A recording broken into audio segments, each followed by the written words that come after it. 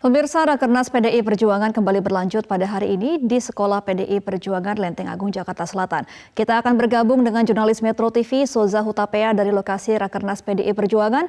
Selamat pagi, Soza. Sudah ada agenda Rakernas PDI di hari kedua ini, ada apa saja? Baik, selamat pagi Gemma dan juga pemirsa. Memang benar ini merupakan hari kedua dari rangkaian kegiatan Rapat Kerja Nasional ketiga PDI Perjuangan.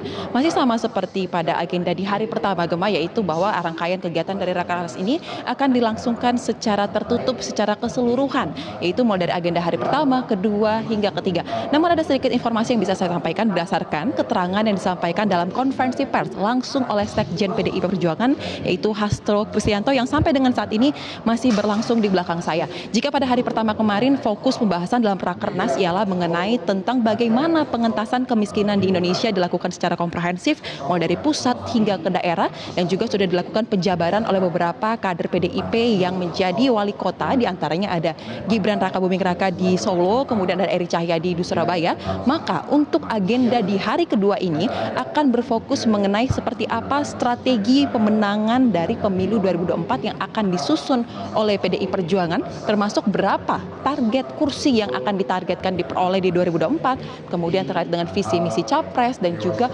konsolidasi tidak hanya antara kader partai tetapi juga dengan relawan, dan bagaimana nantinya menggerakkan seluruh kekuatan partai untuk dapat mencapai target yang telah ditetapkan. Dan untuk mengenai agenda pada hari ini, jam persisnya kami belum tahu ini dimulai pada jam berapa, namun yang pasti pagi ini akan membahas mengenai strategi pemenangan tersebut, kemudian akan dilanjutkan dengan sidang-sidang komisi mulai dari sore hingga ke malam hari. Dan kemudian seluruh rangkaian agenda Rakernas ini akan semakin dimatangkan pada hari ketiga besok dengan agenda penajaman dan juga terkait dengan substansi sesuai dengan tema dari Rakernas PDI Perjuangan. Gemma. Ya, Soza, kami konfirmasi kembali, apakah sudah ada gambaran seperti apa rumusan hasil Rakernas nanti? Gemma, jika kita berbicara mengenai gambaran dari hasil Rakernas PDI Perjuangan, maka sesuai dengan tema yang diangkat, yaitu fakir miskin dan anak terlantar dipelihara oleh negara, dan kita tarik kepada substansi dari pidato Presiden Joko Widodo, di mana Presiden menjabarkan setidaknya ada sejumlah hal yang dinilai akan menjadi tantangan bangsa Indonesia ke depan. Di antaranya mengenai tentang krisis pangan, ekonomi, dan juga mengenai energi. Maka terkait dengan hal ini, Presiden meminta agar PDI Perjuangan menyiapkan rencana besar agar dapat mengantisipasi hal tersebut. Dan hal inilah yang diaminkan oleh Ketua Umum PDI Perjuangan Megawati Soekarno Putri dan akan diterjemahkan sebagai rekomendasi dalam Rakernas PDIP. Selain mengenai hal tersebut, tentu saja mengenai strategi pemenangan pemilu 2024 juga akan menjadi salah satu hasil yang akan kita nantikan dalam Rakernas PDI Perjuangan tahun ini. Untuk sementara, Gemma, kembali ke Anda di studio. Baik, terima kasih Soza Hutapea atas informasi Anda. Selamat kembali bertugas. Pemirsa, kita beralih ke informasi lain. Nama Erick Thohir berada di posisi teratas bursa calon wakil presiden hasil sejumlah lembaga survei. Namun beberapa capres mengaku sudah mengantongi nama pendampingnya.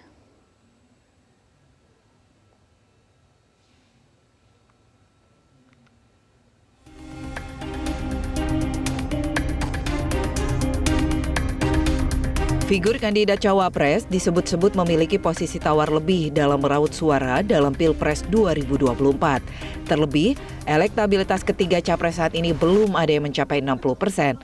Itu artinya sosok cawapres bisa menjadi kunci kemenangan di Pilpres 2024. Anies Baswedan, calon presiden dari Koalisi Perubahan untuk Persatuan, kini sudah mengantongi satu nama yang akan mendampinginya menjadi calon wakil presiden. Namun Anies masih menutup rapat siapa sosok tersebut. Ini panjang.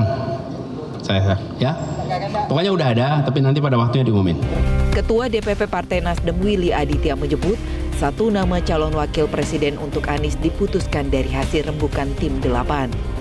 Umumkannya itu hasil konsultasi Mas Anies kepada ketiga petinggi parpol tersebut. Jadi hasil yang sudah kita lakukan jadi mengerucut satu nama, dan kemudian Mas Anies melakukan laporan kepada ketua umum partai. Ketua DPP PDIP Puan Maharani membocorkan nama-nama bakal cawapres untuk Ganjar Pranowo. Di antaranya ada nama Menko Polhukam Mahfud MD hingga Ketua Umum Partai Demokrat Agus Harimurti Yudhoyono. Cawapresan nama kan banyak, sudah 10. Kalau boleh saya sebut, yang ada di media Pak Mahfud, sudah masuk namanya. Pak Erick Thohir, Pak Ridwan Kamil, Pak Sandiaga Uno, kemudian ada Pak AHY, ya kan? Pak AHY, Pak apa lagi Mas?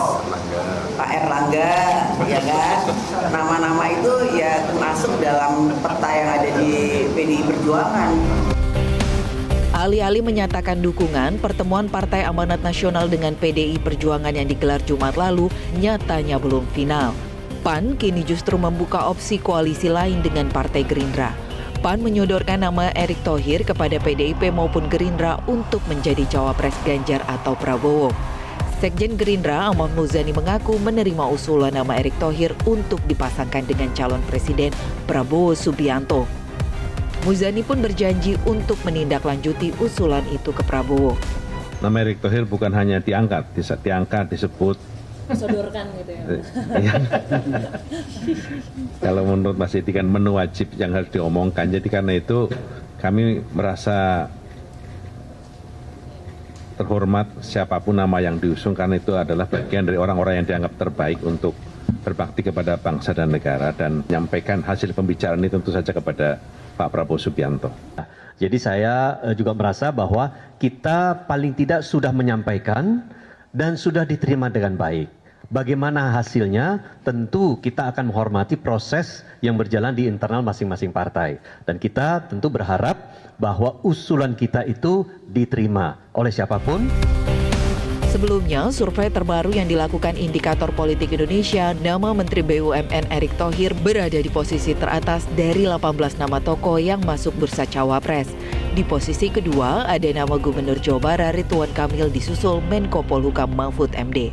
Selain ketiga nama itu, elektabilitas Menparekraf Sandiaga Uno dan Ketum Demokrat Agus Harimurti Yudhoyono justru mengalami penurunan. Survei lain juga dilakukan Fispol Research and Strategy Consulting. Nama Menko Polhukam Mahfud MD mendapatkan dukungan kuat dari daerah asalnya Jawa Timur untuk maju sebagai calon wakil presiden pada pemilu 2024. Berdasarkan hasil survei itu, Mahfud memiliki tingkat popularitas hingga 65% disusul Kofifa Indar Parawansa dan Muhaimin Iskandar. Lantas siapakah yang pertama kali akan mengumumkan cawapres mereka dalam Pilpres 2024? Patut kita nantikan. Tim Liputan, Metro TV.